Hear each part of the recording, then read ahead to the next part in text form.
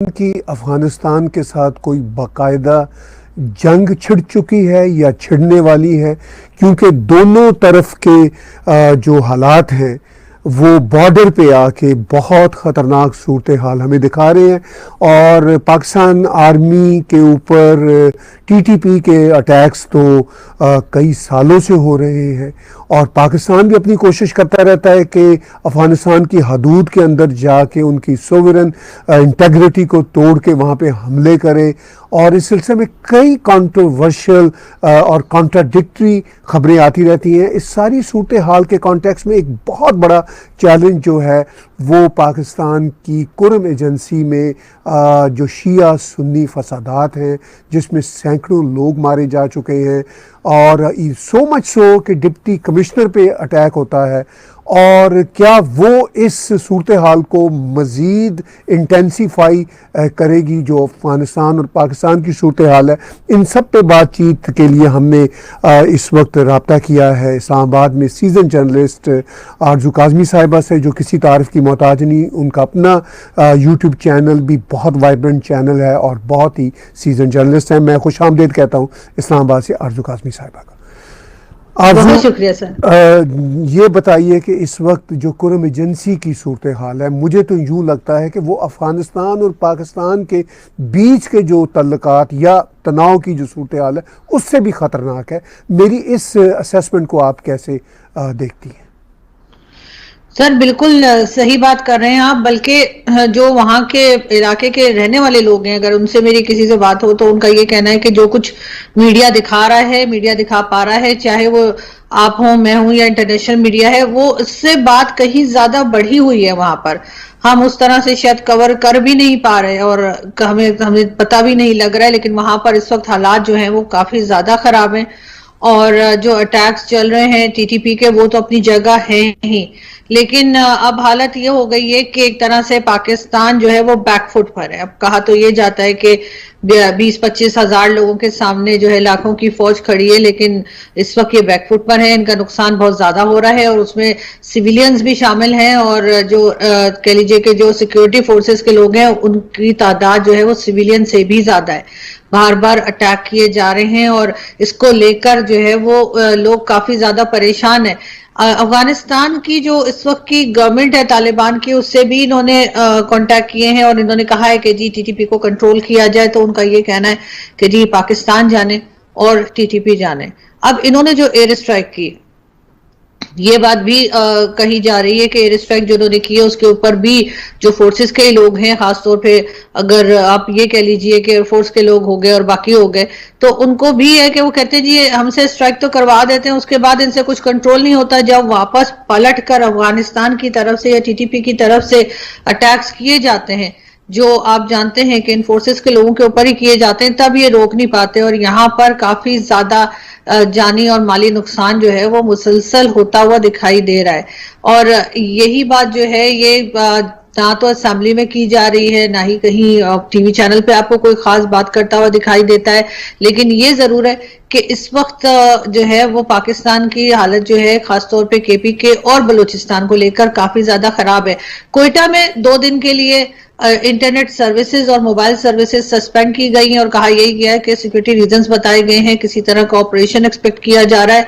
मगर ये ऑपरेशंस कब होंगे, कैसे होंगे और क्या रिजल्ट निकलेगा, इससे पहले भी सर ऑपरेशंस होते रहे हैं, लेकिन या तो ये मान लें कि वो इनसे कंप्लीट नहीं हो पाए या कोई सक्सेस नहीं मिली इनको, और इसी वजह से बार बार ऑपरेशन जो है अनाउंस कर रहे हैं, लेकिन कोई चीज भी इस वक्त हमें संभलती हुई दिखाई नहीं दे रही। आपने कहा कि इस वक्त कोई भी चीज़ संभलती हुई दिखाई नहीं दे रही।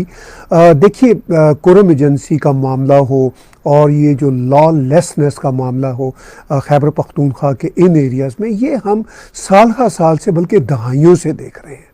और ये जो बदकिस्मती से शिया सुन्नी सेक्टेरियन फसादात हैं, ये पूरे पाकिस्तान में हमेशा से होते चले आए हैं, और इन जो कबायली इलाकों में भी हमेशा से होते चले आए हैं। इस बार वो बहुत ज़्यादा एम्पलीफाई हो गए क्योंकि सोशल मीडिया बहुत वाइब्रेंट है। आपने की, टीटीपी की, ताजिकिस्तान की, और जैसा कि आप जानते हैं कि टेंशन बहुत ज्यादा बनी हुई है, पाकिस्तान से कंट्रोल नहीं हो पा रहा है, अफगानिस्तान को कहा गया है, लेकिन वो भी यानी टीटीपी को कंट्रोल करने के लिए वो भी नहीं हो रहा। बीच में ताजिकिस्तान जो है उसका भी कुछ जिक्र है, क्या कहेंगे आप? आर्मी चीफ का कहा जा रहा था कि वो वहां गए हैं, वो बात कर रहे हैं, लेकिन ये पूरा का पूरा ये खिचड़ी पक क्या रही है?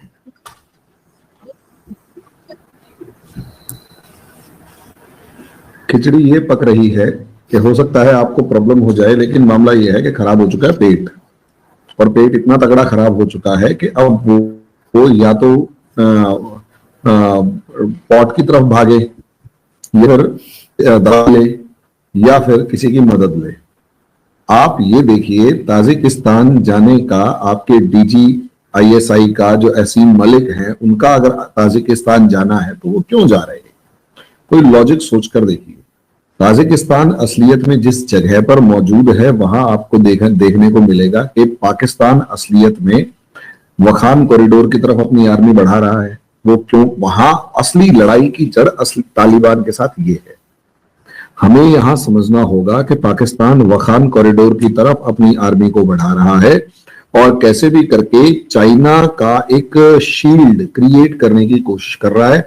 और पाकिस्तान असलियत में यहां आर्मी जो है वो कोशिश पूरी कर रही है कि कैसे भी करके उस वखान कॉरिडोर पे कब्जा करे, और जो एक नया पुराना वाला जो ट्रेड रूट है उसको किसी तरीके से अपने कंट्रोल में ले। मुझे ऐसा लगता है यहां पर चाइना डायरेक्ट इन्वॉल्व होने की जगह पाकिस्तान को आग में झोंक रहा है। और जैसे कि पाकिस्तान की आदत है दूसरे के फड्डे में टांग अड़ाना, और ये दूसरे के फड्डे में इस लेवल पर टांग अड़ाता है कि अपना हाथ तो खैर क्या, खुद ही पता नहीं क्या क्या जला बैठता है। असलियत में पाकिस्तान दोबारा से चाइना के फड्डे में कूदकर पहले अमेरिका के फड्डे में कूदा और तालिबान से मतलब अफगानिस्तान में लड़ा। उसके बाद जो आज के दिन पाकिस्तान में मुसीबतें हैं वो सारी की सारी वो है।